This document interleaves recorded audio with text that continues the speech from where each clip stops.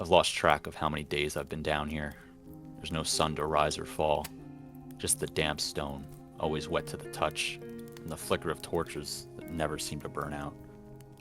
Time slips through my fingers like the jungle rain I once cursed. Now I'd give anything to feel the warm downpour again. I'm on a schedule. I have to be. If I don't make it back to the shore within 2 weeks, my boat will leave without me. If I don't have the MonGoGo in my hand by then, this entire journey will have been for nothing. But my backpack is gone. The book is gone. And with it, any chance of finding the MonGoGo. That ancient artifact. The only reason I'm here at all. The jungle, vibrant and alive, is like a memory from another life. Here, the cold is constant. Not just in the air, but in the stone.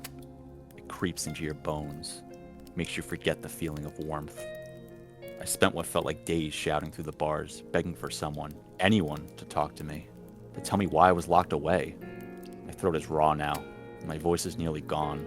The only sounds are my breathing, the occasional drip of water, and the restless stirrings of the other prisoners. As I lie on the stone floor, thoughts spiral endlessly. Why was I brought here like a criminal? Was it the strange moment in the forest? The animals fleeing? That horrible sulfuric stench in the air? Do they think I caused it? Or maybe I'm not supposed to be here at all. Maybe humans are simply not welcome. I kept replaying it all, as if some hidden answer might reveal itself. Then without a warning, the heavy groan of the cell door interrupted my thoughts. I hadn't even heard the footsteps. 2 guards lifted me off the floor before I could protest. They didn't speak, just guided me down another corridor. Drier, better lit. Something had changed. We entered a chamber, unlike the others. Still underground, but cleaner. No moss on the walls. The torchlight burned brighter. And in the center of the room was a table, wooden, well crafted with 2 chairs. Waiting for me, seated already, was a bird person, unlike any I'd seen before.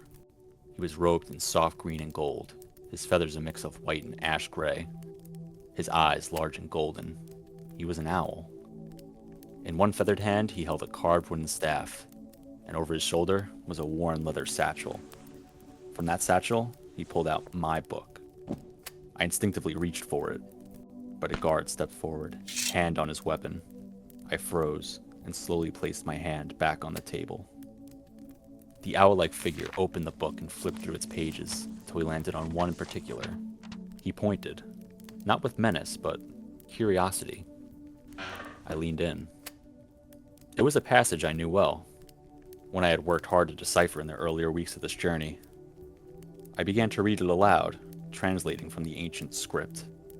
My voice wavered at first, still raw, but grew steadier with each word. Towering and unyielding, this guard stands watch, his blood-red form a warning to all who dare trespass upon this ancient land. When I finished, I looked up. His eyes were wide, not with fear or anger, but with surprise. Not at what I read, but that I could read it. Then, he spoke. I couldn't understand him, not at first. The words were strange, but something about them tugged at the edges of my memory. Then, it hit me. The language in the book was a more ancient form of what he was speaking. I listened closely, breaking his words down phonetically, comparing them to what I knew. And slowly, I started to understand. We sat there for hours, him speaking slowly, me repeating, learning, and speaking back. He would write down words, I would translate them, and he would nod or correct me. It was like peeling layers off a long-forgotten dialect. It wasn't perfect, but by the end of it, we could truly talk. And for the first time in what felt like ages, I had hope.